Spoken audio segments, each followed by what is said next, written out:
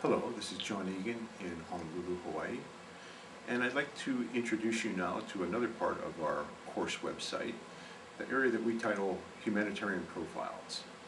In this section of the website, you'll find articles and pieces about some of the historical characters who have contributed to the development of modern humanitarianism. We put this part of the website together essentially as a background piece, something to give you a little bit more depth about some of the people who have been really instrumental in developing humanitarian work in the modern era.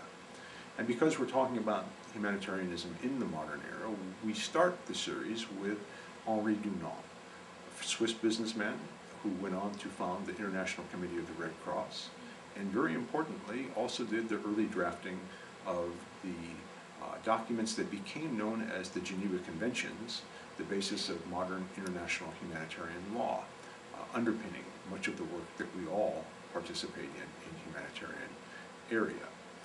Now, Henri Dunant gives us some sense of how this all began, and it also really gives us some sense of what drove the origins of humanitarian work.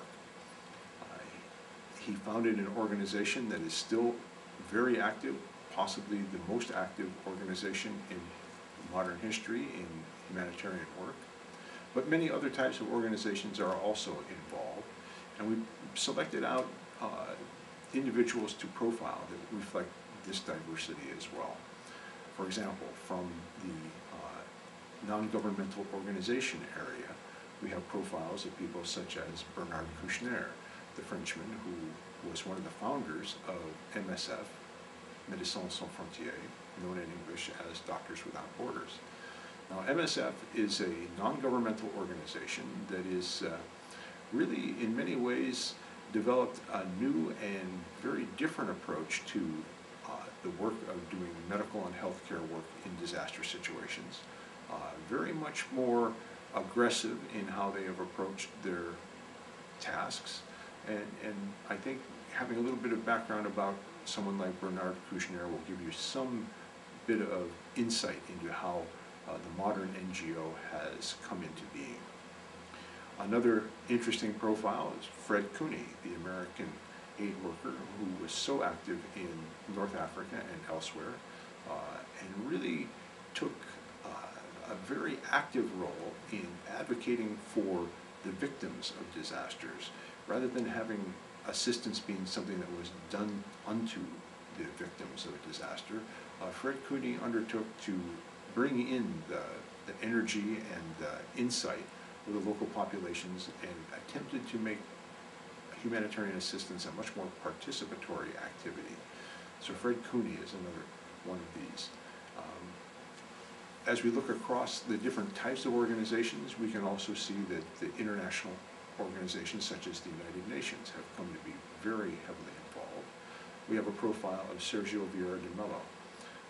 He had a long and illustrious career with the United Nations, died tragically in the bombing in Baghdad, but his background, history, and his involvements really track in many ways the involvement, the increasing responsibility that the United Nations organizations have taken on in disaster management and disaster response. And very importantly, his career shows the strong linkage developing between humanitarian work and human rights work.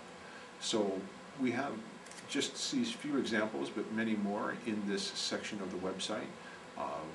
We think that the value in learning about some of the characters that have populated the humanitarian sphere is that not only will you get more background on how we have come to be doing humanitarianism the way we do it, but you'll also begin to see some of the ethics and values of the people who have made humanitarianism what it is today.